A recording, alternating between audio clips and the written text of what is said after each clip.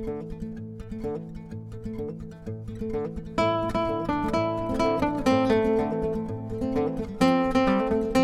right, get ready to dive deep into the world of Thor. This is Jennifer and Thomas. If you're here, I think it's safe to say you're fascinated by the God of Thunder.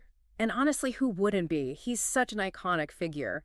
But we're going to go way beyond just the hammer and lightning today. I'm excited to get into it. We'll be using this awesome article called Thor, the Norse God of Thunder Myths Relationships Gallery to really uncover some fascinating, sometimes surprising stuff about Thor's origins, his family, and some of those famous myths. Yeah, Thor is definitely more than just a muscle-bound god swinging a hammer.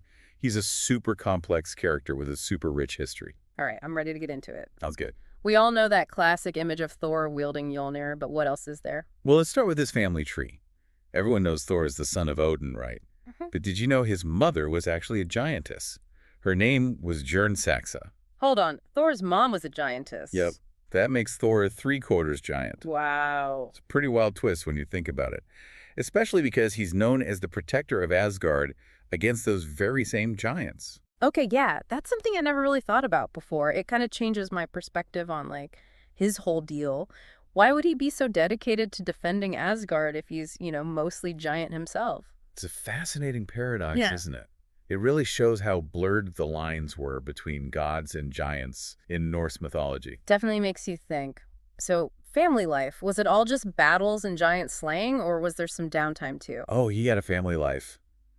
Thor's wife, Sif, was known for her beauty and her amazing golden hair, but she was also associated with fertility, which was really important to the Norse people. Right, makes sense. They had a son together named Magni. Okay. And Thor also had two other children, Modi and Thrudr. And then there's Oler, the god of winter and hunting, who's often seen as Thor's stepson. So even the gods had blended families. Family drama never changes, I guess.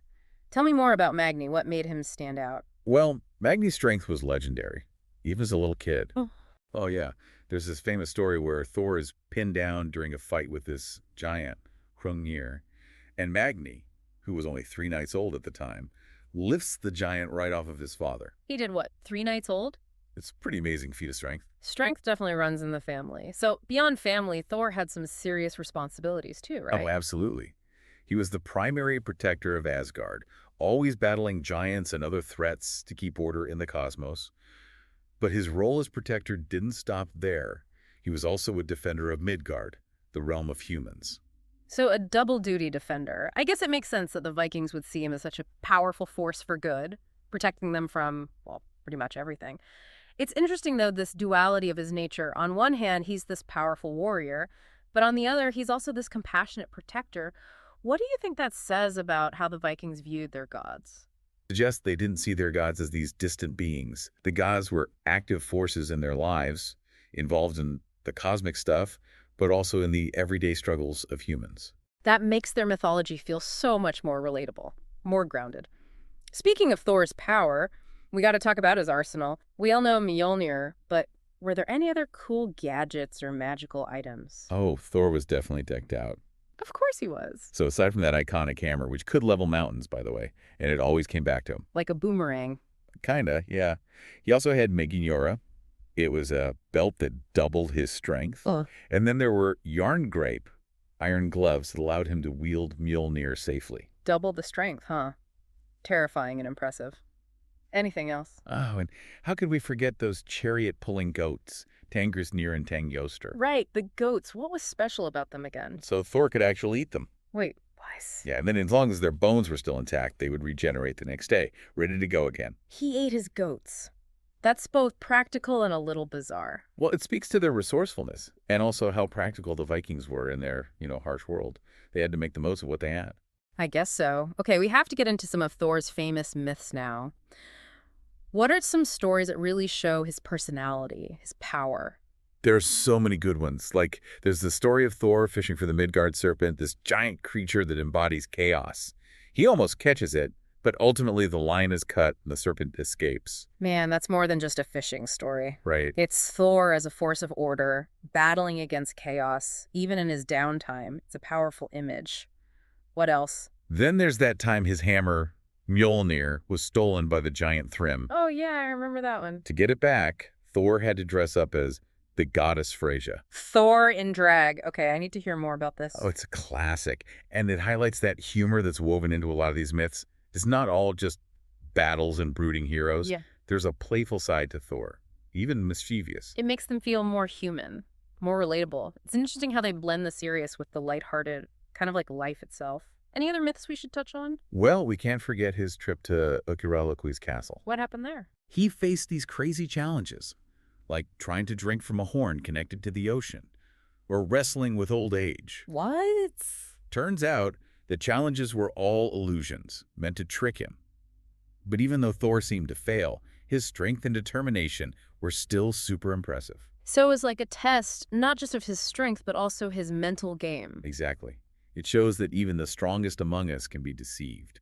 And maybe it's about the importance of humility, recognizing that there are forces in the world we just can't fully understand. Those are really great points. It's like each myth has these layers of meaning. You can't just take them at face value. Absolutely. And that's what makes exploring them so rewarding. I'm ready to keep going. So these myths, where do they come from? What are those ancient texts that have kept these stories alive for us?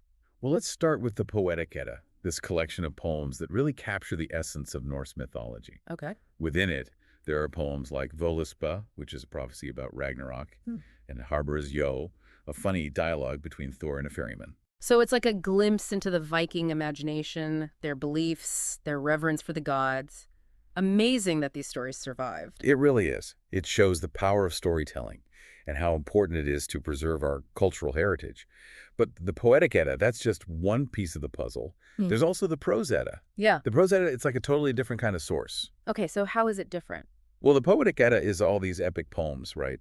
But the Prose Edda, it's more like a guidebook to Norse mythology. It was actually written way later in the 13th century by this Icelandic scholar named Snorri Sturluson. So like a handbook for understanding the gods and their stories. Exactly. It gives us all this helpful context and background info, which makes it a lot easier to understand all the complexities of Norse mythology. That makes sense. And one of the key sections in the Prose Edda is called Gylfaginning. Gylfaginning, okay.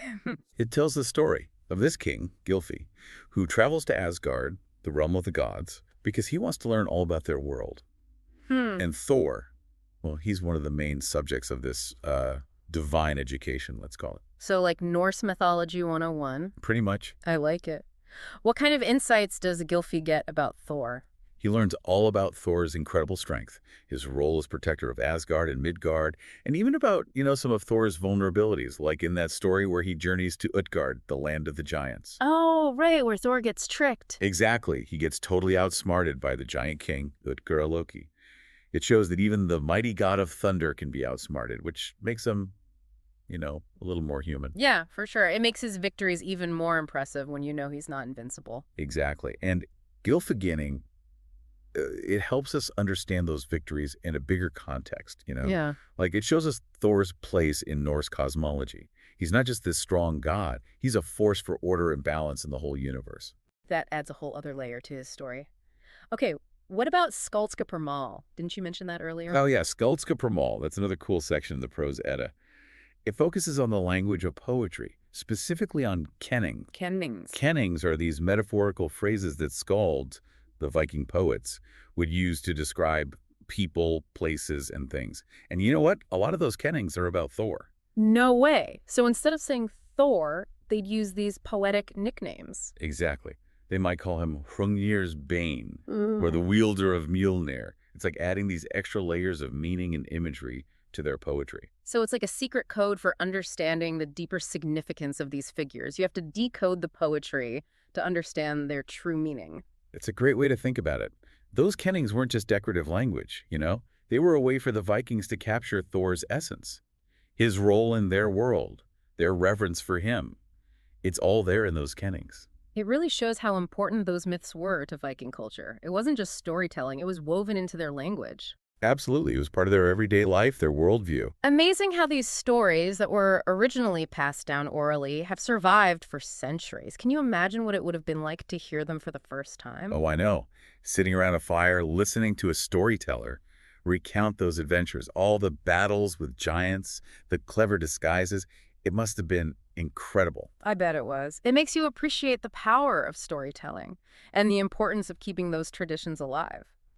Okay, we've talked a lot about Mjölnir, Thor's hammer, but we haven't really gotten into its origins or its deeper meaning. Where did this legendary weapon come from? Oh, the creation of Mjolnir, that's a story in itself. I bet it is. Lay it on me. It involves Loki, our favorite trickster god, making a, well, let's say not so smart bet with some dwarves. Loki making a bad bet. What else is new? Well, this one involved wagering his own head. Oh, wow. He bet his head. What did he challenge them to do? He challenged them to create some truly exceptional treasures, knowing the dwarves were famous for their craftsmanship. But of course, Loki being Loki, he tried to sabotage their efforts. But despite all that, they managed to create 3 incredible objects. 3. Okay, I'm intrigued. What were they? Well, there was Odin's spear, Gungnir, which was said to be so well balanced that it never missed its mark. That's pretty impressive. Then there was Sif's hair, made from pure gold, to replace the locks Loki had mischievously cut off. Classic Loki. And finally, there was, of course, Thor's hammer, Mjolnir. Wow, that's quite the lineup of treasures. It is. But Mjolnir, I've always wondered, why the short handle? Wasn't that a mistake? Well, the legend goes that Loki, in his usual meddling way, interfered while the dwarves were forging the hammer. Figures, so the short handle was an accident. That's the story. But some believe it actually makes the hammer even more powerful. Yeah, it makes it harder to wield, so it takes even more strength and skill to use it effectively. It becomes a symbol of Thor's unique ability to control such a powerful weapon. So the flaw becomes a feature. I like that. What else made Mjolnir so special? Could anyone use it? Well, Mjolnir, it wasn't just any hammer. It was imbued with immense power. It could level mountains, summon storms, and always return to Thor's hand when he threw it. But it was more than just its physical power. What do you mean? Well, they say only those deemed worthy could actually lift Mjolnir. Worthy? What does that even mean? Like morally good? It wasn't just about physical strength. It was about having the right character, a combination of courage, humility, and a dedication to protecting others. It was like a test, a measure of someone's inner strength and their moral compass. So not just a powerful weapon, but also a symbol of virtue. That's fascinating. Are there any stories about other people trying to lift Mjolnir? Oh, tons. There are stories of other gods, even giants, trying to lift Mjolnir. But none of them could budge it. It always stayed firmly in Thor's grasp, a symbol of his unique role and his worthiness to wield that power. Those stories really make you see Mjolnir differently. It represents more than just Thor's strength. It represents his character, his whole purpose. Exactly. Makes you think about Thor as a whole, too. Right. Like, what was he really like beyond all the battles and adventures? What kind of personality did he have? Well, the myths actually paint a pretty detailed picture of his personality.